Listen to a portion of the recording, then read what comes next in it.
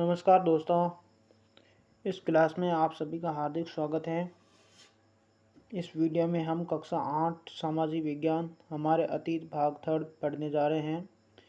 इस आज हम पहला अध्याय शुरू करेंगे। इस अध्याय का शीर्षक है प्रारंभिक कथन, कैसे, कब और कहाँ। मतलब हम इस अध्याय में ये पढ़ेंगे कि प्राचीन इतिहास के अंदर जो शुरुआत जो है वो कैसे हुई, कब हुई और कहाँ से हुई। तो देखिए, तारीखें कितनी महत्वपूर्ण होती है। एक वक्त था जब इतिहासकार तारीखों के जादू में ही खोए रहते थे। कब किस राजा की ताजपोशी हुई, कब कौन सा युद्ध हुआ, इन्हीं तारीखों पर गर्मा गर्म बहसें चलती थी। आम समझ के हिसाब से इतिहास को तारीखों का पर्याय माना जाता था। आपने भी लोगों को यह कहते हुए सुना होगा, इतिहास तो बहुत उबाऊ है भाई, बस तारीखें रटते चले जाओ। क्या इतिहास के बारे में यह धारणा सही है? इसमें कोई शक नहीं कि इतिहास अलग अलग समय पर आने वाले बदलावों के बारे में ही होता है। इसका संबंध इस बात से है कि अतीत में चीज़ें किस तरह की थी और उनमें क्या बदलाव आए हैं। जैसे ही हम अतीत और वर्तमान की तुलना करते हैं, हम समय का जिक्र करने लगते हैं। हम पहले और बाद में की बात करने लगते हैं। रोज़मर्रा की ज़िंदगी में हम अपने आसपास की चीज़ों पर हमेशा ऐतिहासिक सवाल नहीं उठाते। हम चीज़ों को स्वाभाविक मानकर चलते हैं, मानो जो कुछ हमें दिख रहा है वह हमेशा से ऐसा ही रहा हो।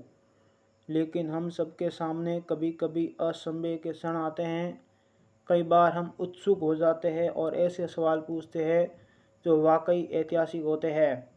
किसी व्यक्ति को सड़क किनारे चाय के घूंट भरते देखकर आप इस बात पर हैरान हो सकते हैं कि चाय या कॉफ़ी पीने का चलन शुरू कब से हुआ होगा। रेलगाड़ी की खिड़की से बाहर झांकते हुए आपके जहन में यह सवाल उठ सकता है कि रेलवे का निर्माण कब हुआ।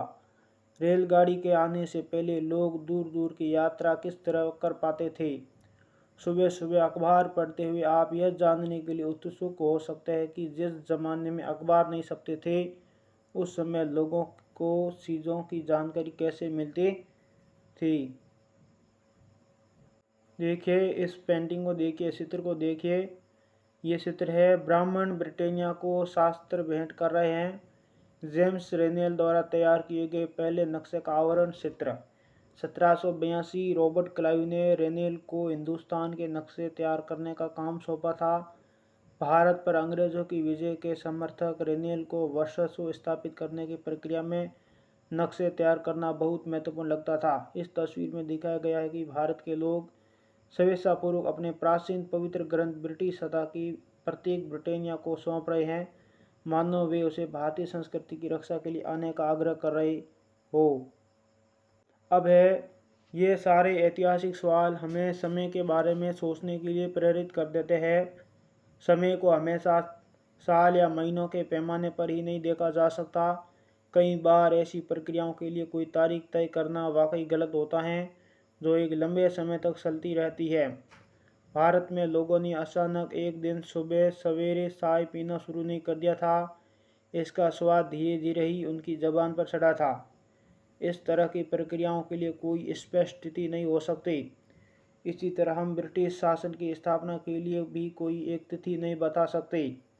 राष्ट्रीय आंदोलन किस दिन शुरू हुआ, या अर्थव्यवस्था या समाज में किस दिन बदलाव आई, ये बताना भी संभव नहीं है। ये सारी चीज़ें एक लंबे समय में घटती है।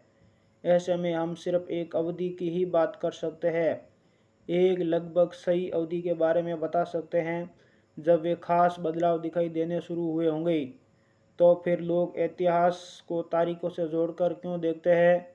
इस जुड़ाव की एक वजह है। एक समय था जब युद्ध और बड़ी बड़ी घटनाओं के ब्यौरों को ही इतिहास माना जाता था। यह इतिहास राजा महाराजाओं और उनकी नीतियों के बारे में होता था। इतिहासकार यह लिखते थे कि कौन से साल राजा को ताज पहनाया गया, किस साल उसका विवाह हुआ, किस साल उसके घर में बच्चा पैदा हुआ, कौन से साल उसने कौन सी लड़ाई लड़ी, वह कब मारा और उसके बाद कब कौन सा शासक गद्दी पर बैठा। इस तरह की घटनाओं के लिए निश्चित तिथि बताई जा सकती है और इस तरह के इतिहासों में तिथियों का महत्व बना रहता है। जैसा कि पिछले 2 साल की इतिहास की किताबों में आपने देखा है, अब इतिहासकार बहुत सारे दूसरे मुद्दों और दूसरे सवालों के बारे में भी लिखने लगे हैं।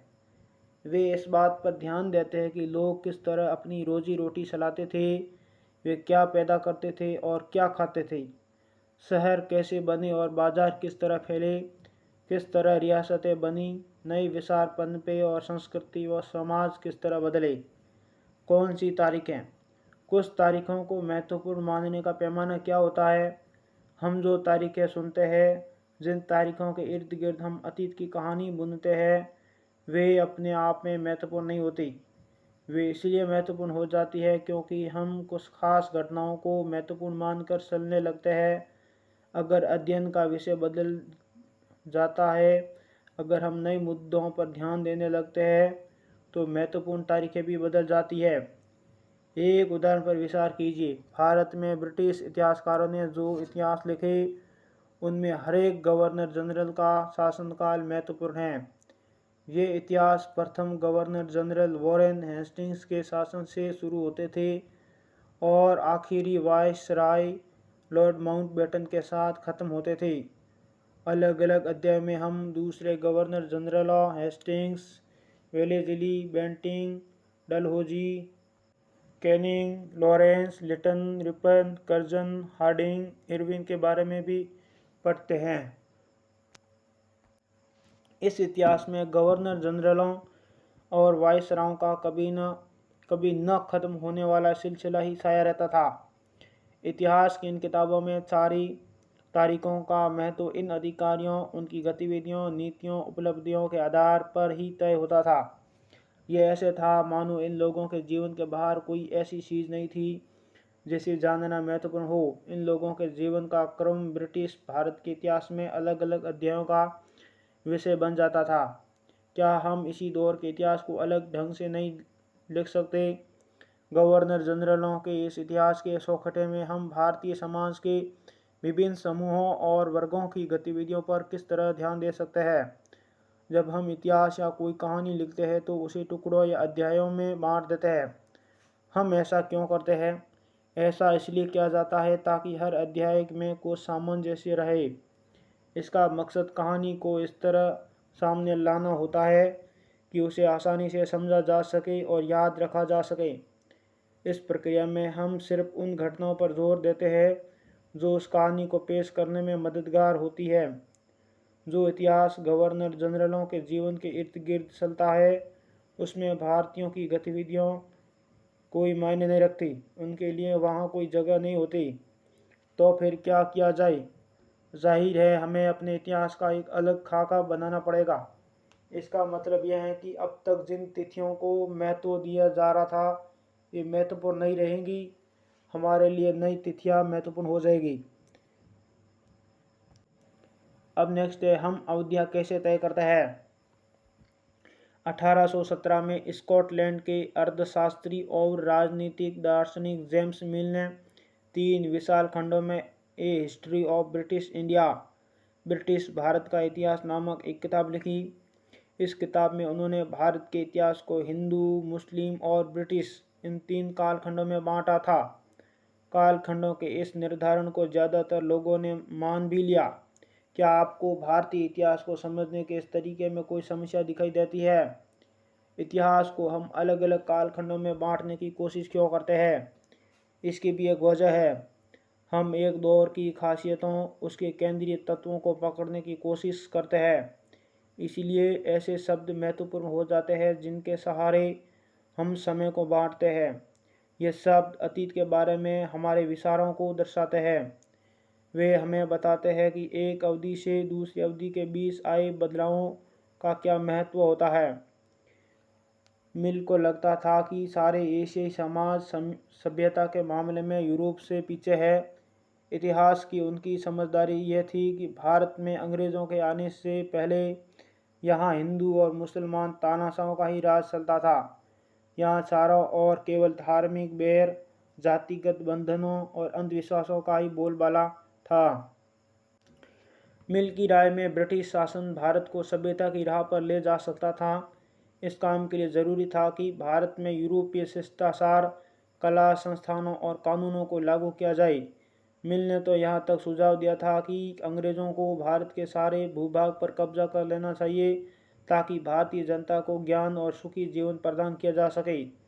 उनका मानना था कि अंग्रेज़ों की मदद के बिना हिंदुस्तान प्रगति नहीं कर सकता। इतिहास की इस धारणा में अंग्रेजी शासन प्रगति और सभ्यता का प्रतीक था। अंग्रेजी शासन से पहले सारा अंधकार का दौर था। क्या इस तरह की धारणा को स्वीकार किया जा सकता है? क्या इतिहास के किसी दौर को हिंदू या मुसलमान दौर कहा जा सकता है? कि इन सारे दौरों में कई तरह के धर्म एक साथ नहीं चलते थे? किसी युग को केवल उस समय के शासकों के धर्म के हिसाब से तय करने की ज़रूरत क्या है? अगर हम ऐसा करते हैं तो इसका मतलब यह कहना चाहते हैं कि औरों के जीवन और तौर तरीकों का कोई महत्व नहीं होता। हमें याद रखना चाहिए कि प्राचीन भारत में सारे शासकों का भी एक धर्म नहीं होता था। अंग्रेज़ों द्वारा सुझाए गए वर्गीकरण से अलग हटकर इतिहासकार भारतीय इतिहास को आमतौर पर प्राचीन, मध्यकालीन तथा आधुनिक काल में बांटकर देखते हैं। इस विभाजन की भी अपनी समस्याएं हैं। इतिहास को इन खंडों में बांटने की यह समझ भी पश्चिम से आई है। पश्चिम में आधुनिक काल को विज्ञान, तर्क, लोकतंत्र, मुक्ति और समानता जैसी आधुनिकता की ताकतों के विकास का युग माना जाता है। उनके लिए मध्यकालीन समाज वे समाज थे जहां आधुनिक समाज की ये विशेषताएं नहीं थी। क्या हम अपने अध्ययन के लिए आधुनिक काल की इस अवधारणा को बिना सोचे विचारे ऐसे ही अपना सकते हैं? जैसा कि आप इस किताब में देखेंगे, अंग्रेज़ों के शासन में लोगों के पास समानता, स्वतंत्रता या मुक्ति नहीं थी, न ही यह आर्थिक विकास और प्रगति का दौर था। बहुत सारे इतिहासकार इस युग को औपनिवेशिक युग कहते हैं। औपनिवेशिक क्या होता है? इस किताब में आप पढ़ेंगे कि किस तरह अंग्रेज़ों ने हमारे देश को जीता और स्थानीय नवाबों और राजाओं को दबाकर अपना शासन स्थापित किया। आप देखेंगे कि किस तरह उन्होंने अर्थव्यवस्था व समाज पर नियंत्रण स्थापित किया, अपने सारे खर्चों को निपटाने के लिए राजस्व वसूल किया, अपनी ज़रूरत की चीज़ों को सस्ती कीमत पर खरीदा, निर्यात के लिए महत्वपूर्ण फसलों की खेती कराई और इन सारी कोशिशों के कारण क्या बदलाव आई।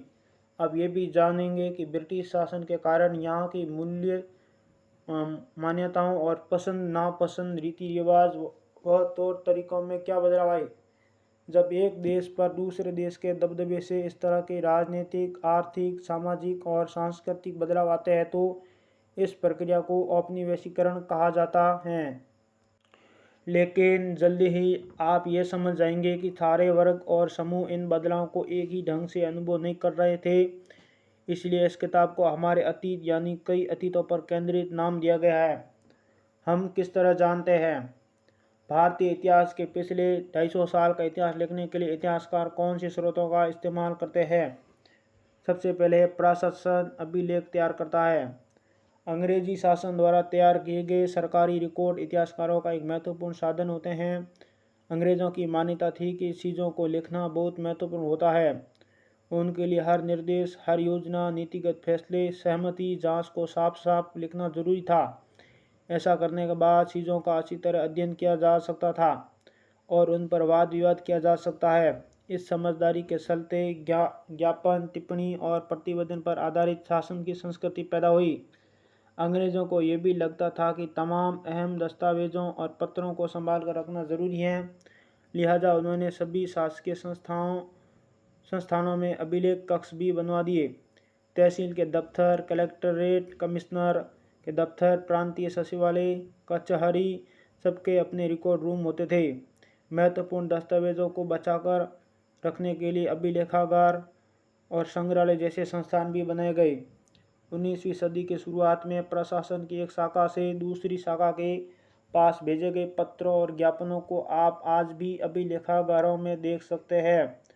वहां आप जिला अधिकारियों द्वारा तैयार किए गए नोट्स और रिपोर्ट पढ़ सकते हैं या ऊपर बैठे अफसरों द्वारा प्रांतीय अधिकारियों को भेजे गए निर्देश और सुझाव देख सकते हैं। 19वीं सदी के शुरुआती सालों में इन दस्तावेजों की सावधानीपूर्वक नकलें बनाई जा सकती थी। जब नई दिल्ली का निर्माण हुआ तो राष्ट्रीय संग्रहालय और राष्ट्रीय अभिलेखागार दोनों ही वायसराय के निवास के नज़दीक बनाए गए थे। इससे पता चलता है कि अंग्रेज़ों की सोच में इन संस्थानों का कितना भारी महत्व था। उन्हें खुशनवीसी के माहिर लिखते थे। खुशनवीसी या सुलेखनवीस ऐसे लोग होते हैं जो बहुत सुंदर ढंग से चीज़ें लिखते हैं। 19वीं सदी के मध्य तक छपाई तकनीक भी फैलने लगी थी। इस तकनीक के सहारे अब प्रत्येक सरकारी विभाग की कार्यवाहियों के दस्तावेजों की कई कई प्रतियां बनाई जाने लगी। सर्वेक्षण का बढ़ता महत्व।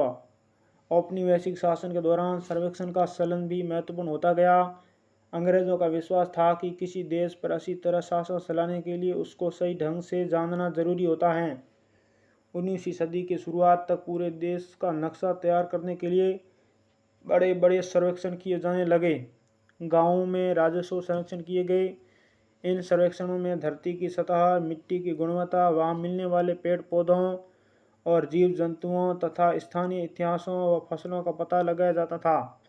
अंग्रेजों की राय में किसी इलाके का शासन चलाने के लिए इन सारी बातों को जानना जरूरी था। 19वीं सदी के आखिर से हर 10 साल में जनगणना भी की जाने लगी। जनगणना के जरिए भारत के सभी प्रांतों में रहने वाले लोगों की संख्या, उनकी जाति, इलाके और व्यवसाय के बारे में जानकारियाँ इकट्ठा की जाती थी। इसके अलावा वानस्पतिक सर्वेक्षण, प्राणी वैज्ञानिक सर्वेक्षण, पुरातात्विक सर्वेक्षण, मानव शास्त्रीय सर्वेक्षण, वन सर्वेक्षण आदि कई दूसरे सर्वेक्षण भी किए जाते थे। उसके बाद अधिकृत रिकॉर्ड से क्या पता नहीं चलता। रिकॉर्ड्स के इस विशाल भंडार से हम बहुत कुछ पता लगा सकते हैं, फिर भी इस बात को नज़रअंदाज नहीं किया जा सकता कि ये सारे सरकारी रिकॉर्ड हैं।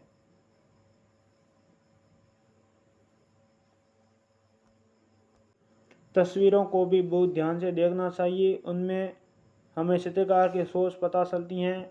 1857 के विद्रोह के बाद अंग्रेजों द्वारा तैयार की गई सचित्र पुस्तकों में यह तस्वीर कई जगह दिखाई देती है। इस तस्वीर के नीचे लिखा होता था, बागी सिपाही लूट खसोट में लगे हुए हैं। अंग्रेजों की नज़र में विद्रोही जनता लालची, दुष्ट और बेरहम थी। इस विद्रोह के बारे में आप अध्याय 5 में पढ़ेंगे। इनसे हमें यही पता चलता है कि सरकारी अफसर क्या सोचते थे, उनकी दिलचस्पी किन चीज़ों में थी और बाद के लिए वे किन चीज़ों को बचाए रखना चाहते थे। इन रिकॉर्ड से हमें ये समझने में हमेशा मदद नहीं मिलती कि देश के दूसरे लोग क्या महसूस करते थे और उनकी कार्रवाइयों की क्या वजह थी। इन बातों को जानने के लिए हमें कहीं और देखना होगा। जब हम ऐसे दूसरे स्रोतों की तलाश में निकलते हैं तो उनकी भी कोई कमी नहीं रहती, लेकिन सरकारी रिकॉर्ड्स के मुकाबले उन्हें ढूंढना ज़रा मुश्किल साबित होता है। इस लिहाज से लोगों की डायरियाँ, तीर्थ यात्राओं और यात्रियों के संस्मरण, महत्वपूर्ण लोगों की आत्मकथाएं और स्थानीय बाज़ारों में बिकने वाली लोकप्रिय पुस्तक पुस्तिकाएं महत्वपूर्ण हो जाती है। जैसे जैसे छपाई की तकनीक फैली, अखबार छपने लगे और विभिन्न मुद्दों पर जनता में बहस भी होने लगी। नेताओं और सुधारकों ने अपने विचारों को फैलाने के लिए लिखा। कवियों और उपन्यासकारों ने अपनी भावनाओं को व्यक्त करने के लिए लिखा। लेकिन ये सारे स्रोत उन लोगों ने रचे हैं जो पढ़ना लिखना जानते थे। इनसे हम ये पता नहीं लगा सकते कि आदिवासी और किसान, खदानों में काम करने वाले मजदूर या सड़कों पर जिंदगी गुजारने वाले गरीब किस तरह के अनुभवों से गुजर रहे थे। अगर हम थोड़ी और कोशिश करें तो हम इस बारे में भी जान सकते हैं। जैसे जैसे आप इस किताब में आगे बढ़ेंगे, आपको ये बात समझ में आने लगेगी। इस प्रकार से हमारा यह पार्ट कंप्लीट हुआ। हम नेक्स्ट पार्ट में जल्दी मिलेंगे। तब तक के लिए आप सभी को धन्यवाद।